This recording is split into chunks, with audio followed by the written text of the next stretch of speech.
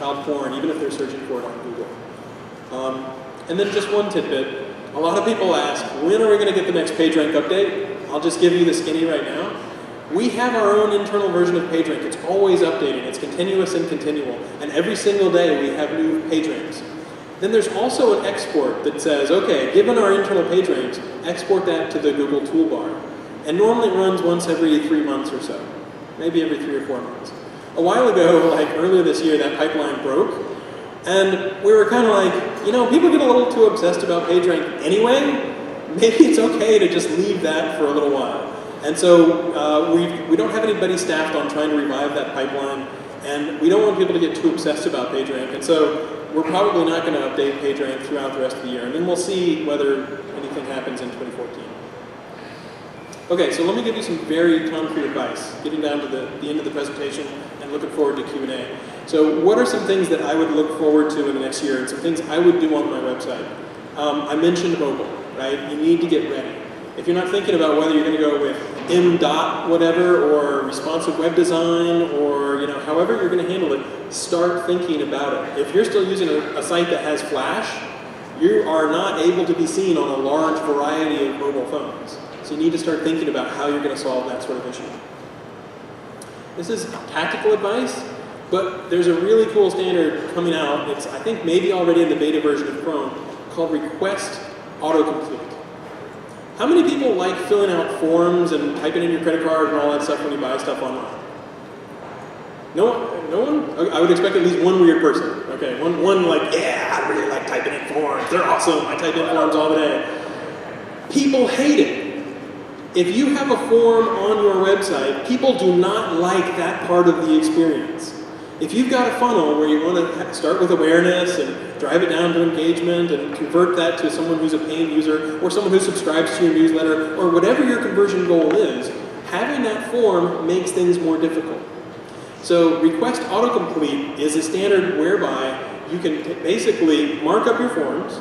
So the easiest thing to do is just make sure you annotate your forms with some standardized markup. You can do it literally in an afternoon. I'm talking like 3 or 4 hours. It's just the HTML. You just add an extra attribute to your form that says, this is an address, or this is the city. It's not hard to do. That's the bare minimum. But Request Autocomplete will land probably in the next few months in Chrome in the main channel. And basically the sites that support that can say, you know what, do you want a one-click fill of this form out? And people are like, yes, I would like to fill out this form in one click. So if you look at all the friction, all the people who abandon the shopping cart, all the people who leave where you don't get the traction, autocomplete is a really good way to try to reduce that and minimize that friction. Okay, we're working on a new version of things like ad-heavy pages. So we rolled out a version, I actually sort of talked about it first at Pubcon a while ago, and we're turning the crank to do another version. It will actually have more of an impact in some other languages like Russian or Arabic than it will have in English. But if you look at the top part of your page and the very first thing you see front and center, top above the fold is ads right there, then you might want to ask yourself, do I have the best user experience? Because we are working on an algorithm and the next iteration of that algorithm to try to take some action on that. Authorship. We want to make sure that the people who we show as authors are high quality authors.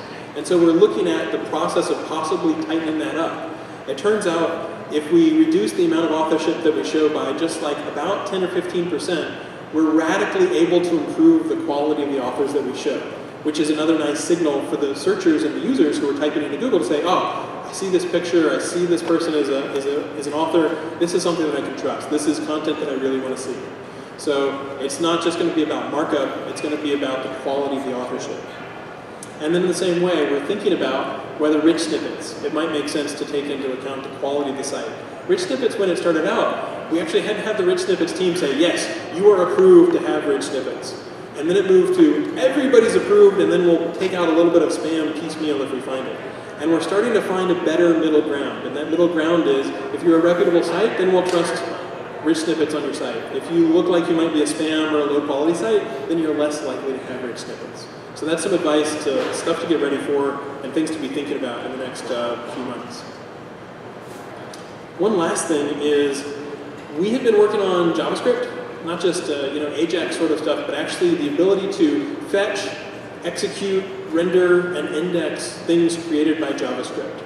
So you want to be a little bit cautious about this. Don't just take a flying leap and make your entire site one big hairball of JavaScript. But Google is starting to get smarter, and if you want to use common JavaScript frameworks, very common libraries that a lot of sites use, it's more likely that you'll be able to do that and still be indexed well. So we are doing some limited testing with a small number of sites. Things look pretty good, and we're going to keep iterating on that to try to make sure that we do better JavaScript indexing. A few things worth doing now. Sign up for Webmaster Tools if you haven't. Yeah, there's a Twitter account, Google Webmaster Central. And so if you ever watch my videos on YouTube, Google WMC usually tweets it out before I do. So if you want to get in early and find out what's the newest video, what are people going to talk about today, that's a great way to do it. And then our Webmaster blog, Inside Search, Webmaster video channel. The main thing I want to say is it's been a fantastic experience coming to Pubcon for the last 10 plus years. Met a lot of people that I've really enjoyed talking to, getting to be friends with some of them. I really appreciate the feedback that we get. You know, whenever there's bugs, whenever there's stuff that we can be doing better, that makes a huge difference because I can come back and I can say, look, the outside world is complaining about this. Here's something that we need to do better. And so I really appreciate all the people who give us that kind of feedback. And with that, I think we'll open it up. Whoever wants to ask questions.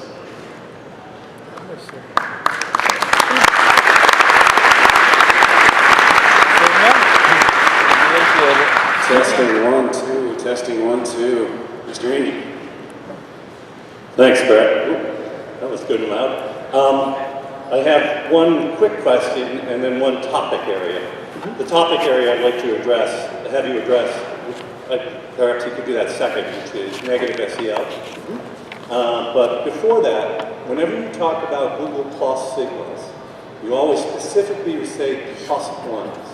And I want to see if you can differentiate between a +1 that does not come with a sharing action, a comment, versus a share where you're actually sharing something, or even potentially sharing a link. Because I think it makes sense that those are a little bit different scenario, because when you do a share, there's a little bit more of the person doing the share investing in the event. Yep, absolutely. So when I talk about +1s a lot, but mainly that's just because it's emblematic of the sort of signals that you get from Google+. So it's not the case that a +1 or a share or a comment or something like that makes a difference in ranking today. Now, that's in generalized ranking. I will say for personalized search, if you're friends with someone and they post something or they've claimed authorship of it, that sort of thing, then that can affect whether a picture shows up and maybe you'll click on it more often because you know that person. But I'm talking about the generalized web ranking. So the higher bit is, I talk about +1 specifically because it's easier to just talk about +1s. But the broader picture is the same, which is it's still short term for social. We're still investigating those signals. Long term, I'm very bullish on the idea of social and identity. Okay, so let's talk about negative SEO. Great question. We have thought about negative SEO for years and years and years and years. We have to design our algorithms such that one person can't torpedo another person, and we think hard about that. Now, with Penguin, the sorts of things that you're doing, if there's black hat spam going on, it doesn't just remove the boost that you might get. It can actually have a slightly negative effect. And because of that, we've tried to be very, very careful. And we haven't gone as strong in some aspects of Penguin in order to try to make sure that we minimize the potential for negative SEO. I think negative SEO is something that a lot of people worry about, but is actually relatively rare. So I got a complaint from a site that sells wigs. And they said, you know what, my other wig competitor is doing negative SEO on me, and it's not fair, my rankings have dropped, and you guys should do better designing algorithms. And I sent him back a link that had been live since 2010, I think. And it was a paid link. It was abundantly clear it was a paid link. It was directly to his site, keyword-rich anchor text. And it had been there for 2 or 3 years. And I was like, you really think that your competitor started doing negative SEO in 2010 before Panda even launched, right? And so there's a lot of people who are worried about it and who are thinking, I've got this competitor who's doing something to me, when we're designing the algorithms to try to make it as difficult as possible for that to happen. And a lot of people don't know what in-house or outsourced SEO might have made a lot of a mess. Now, one of the things that we did is last year we introduced the disavow tool. In fact, I think I announced it at Pubcon last year. And so if you have been cleaning up, you know, the mess that your in-house or outsourced SEO did, and you've gotten as many links as you can down, and we've seen reconsideration requests that include postcards, where people have sent a stack of physical letters to people and said, please take these down. Once you have exhausted those kinds of options, that's the perfect thing for disavowing. So the disavow tool is intended for that sort of cleanup and to make cleanup easier. But if you are worried about negative SEO, if you do think that someone has really got it in for you, then you can use the disavow tool. You can go to Webmaster Tools, you can sort links by the most recent, so you can see the links that we're seeing, you can see how we're garnering them, and then you can actually, you know, go through, and if you see a new link that you really think some competitor is doing, you can disavow it. And you can disavow at the domain level. But in general, it's not as big a phenomenon as most people are actually worried about. So that's just a little bit about it. The other thing I'll mention is on Webmaster Tools, we've started to give better backlinks, more diverse backlinks. We used to give you basically sorted by the alphabet. And so if you were, say, Amazon, you'd get like 100,000 backlinks and it would stop at like AAAAA.com or something like that. Now we actually give a much better random sample of those backlinks. They're still sorted alphabetically, but after we've sampled from the entire set that we have in our base index. And so if you are worried about negative SEO, or if you think that you've had an SEO who did bad work for you, you can get a much better picture of what's actually been going on. So that launched just the last few months. So if you haven't gone to download your links, 100,000 links from Webmaster Tools, I would recommend that because you'll get a much better picture of what's actually going on. Matt. Two quick announcements while you're looking for somebody to ask a question from there. I haven't. Oh, you have one. Well, that's where I was going to. Two quick things. Number one, those going to Pubcon Labs, that'll be in the middle of the exhibit hall. That was not announced earlier. It should have been in the middle of the exhibit hall.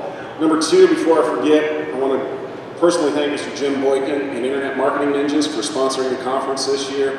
They underwrote everything this year. Thank you, Jim. Let's give him a round of applause.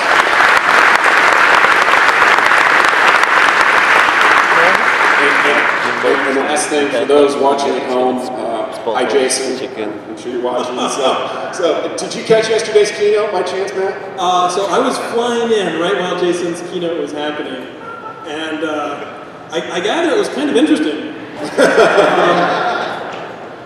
Yeah, somebody called somebody else a liar, something like that. I don't know. Evil, I don't know. Not a good partner. I thought about, I actually made some slides. Go for it. Well, no. Let me put it to the crowd. No.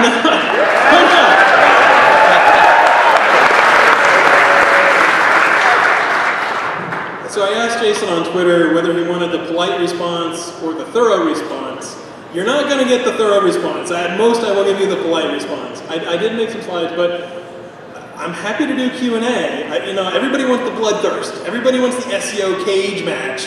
And I'm not gonna smack down Jason. I'm just gonna give a careful view of my considered opinion of how things went down. But that's like 5, 10, 7 minutes away from regular questions. We'll wait. We're not going anywhere. You guys actually want to hear like our take?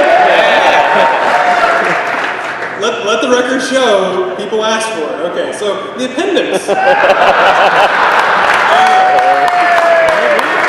Jason için şey yapmamızı istiyoruz. Birkaç dakika olsa yapardı dedi. İnsanlar Q&A sormak için sabırsızlar dedi. O This is da var not dedi, a merak wrestling etmeyin. match. You guys Daha shouldn't want us to hatırlamışsın fight. her şeyi. Like, here's the thing. I have huge, I'm going to look straight at the camera in case he's watching. I have huge respect for Jason Calacanis. He's a smart guy. He's a passionate guy. He calls it the way he sees it.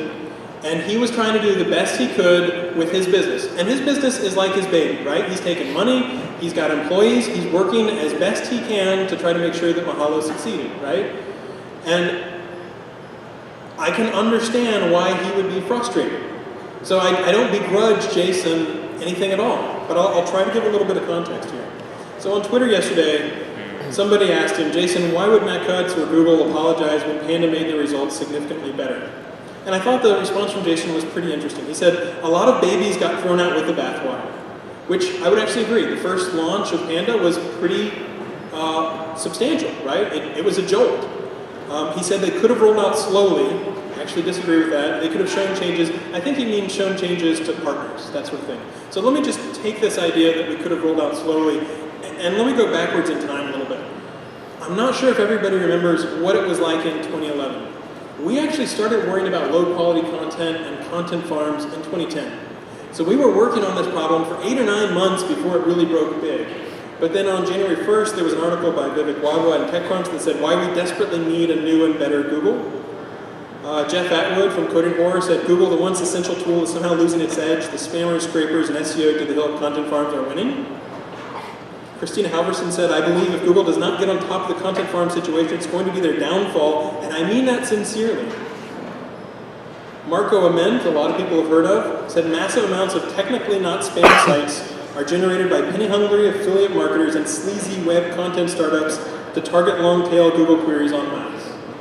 So this is what it was like in 2011. We've been working on the problem for a long time, and suddenly everybody decided to be really angry at once. It got so bad, here's Read White Web. Somebody said, can quality survive? They said Google needs to wake up and smell the coffee. I have a half dozen articles like this. They're really painful to read when you already know there's a problem, when you're already working as fast as you can on that problem.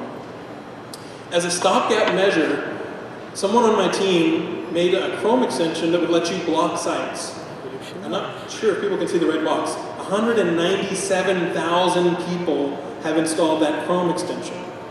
So there were a lot of people who were not happy with the quality of Google in early 2011, who did not like the content farms. It was our internal metrics, our internal feelings, our internal data was saying that, the outside world was saying that, and then 200,000 people installing this Chrome extension all shows that people were not happy about content farms. They did not want content from content farms in January, February of 2011. Now, where does Mahalo come into that picture? Well, here's an article by Business Insider back then. You know, people have made fun of Business Insider, saying, oh, sometimes they take content from other guys and they summarize it, and they're, you know, they don't always have the deepest, most introspective reporting. And here's Business Insider calling out Mahalo, right? They called it hilariously useless. The paragraph at the bottom, the bad news for Jason Calacanis is that the Mahalo page was laughable. And then they said, seriously, like, not joking. They did not like the content, the quality of Mahalo. So it got so bad, there were actually people making jokes about content farms. There were parody sites, how to stub your toe. How to stub your toe. So there's a site called thecontentfarm.tumblr.com. By the way, the instructions on how to stub your toe. Choose a place to walk, pick one of 4 cardinal directions, walk, continue in this fashion until you stub your toe. Right? No joke. There were people making fun of content farms so much. There was actually an article about how to pour milk. Okay, so let me just, you know, here we are in the time machine remembering what was going on. Grasp the handle of the container in which the milk is with your hand. Lift it in an upwards direction towards the ceiling by moving your arm while still holding the container and the handle with your hand. Position the opening or orifice of the container over or on top of some type of receptacle, such as a glass, cup, mug, bowl, teacup, small pitcher, measuring cup, or saucer. Right? People have seen that kind of keyword stuffing going on. So Google did have to move fast. As soon as we had the signals ready, we wanted to launch them. We knew that we could iterate. We knew that we could improve over time. And in fact, we launched this personal block list pretty much to just tide people over for a month or two, because we knew we had the signals coming, and this was something where we could sort of have a valve where people could get a little bit of the rage out of their system. Now, the other issue that I think Jason had is, I think, and I didn't see the keynote, and I haven't watched it on the Ustream, so correct me if I get it wrong, but he seemed to be implying that Google was not a good partner. That Google wasn't doing as good as it could as far as being a partner. Now, that's kind of interesting, because that's not how we think about it in search quality. Mahalo was a partner with YouTube, but if you say, look, if you're a special partner with YouTube, should you get to, have a one-on-one meeting with Matt at the Googleplex? I think most people would say, no, that doesn't seem fair. It doesn't seem right. If you're a partner, with YouTube or some other property, that you automatically get to talk to the search quality team. So that's kind of tough. I mean, Demand Media was a partner on YouTube. Does that mean that Demand Media should get special treatment, that they should get a special meeting?